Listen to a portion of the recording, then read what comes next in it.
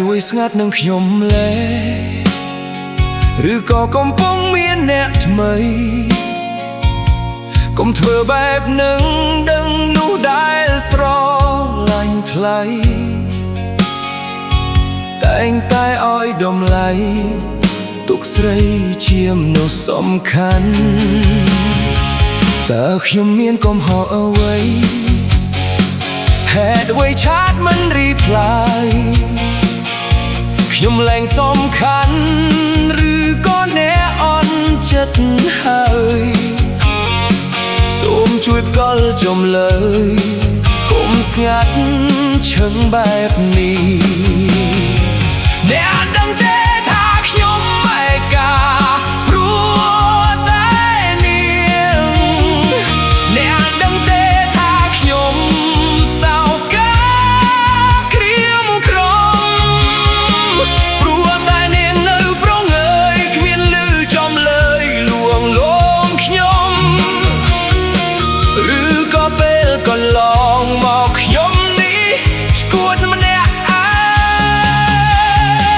មានដឹងទេថាខ្ញុំសោកាពេលគ្មាននាងមានដឹងទេថាបេះដូងខ្ញុំត្រូវការនាងបើសិនខ្ញុំជាមនុស្សរំខានសូមជួយតបសារបញ្ជាក់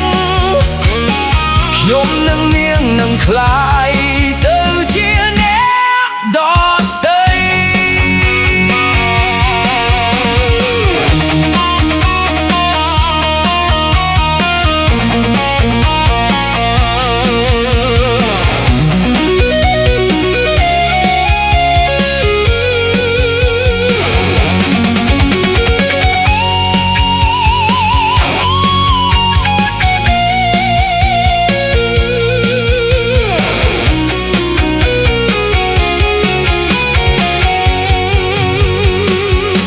ខ្ញុំមានកំហុសអ្វី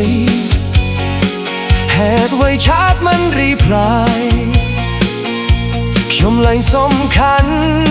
ឬក៏អ្នកអន់ចិត្តហើយសូមជួយផ្ដល់ចំលើយកុំស្ងាត់ឈឹងបែបនេះ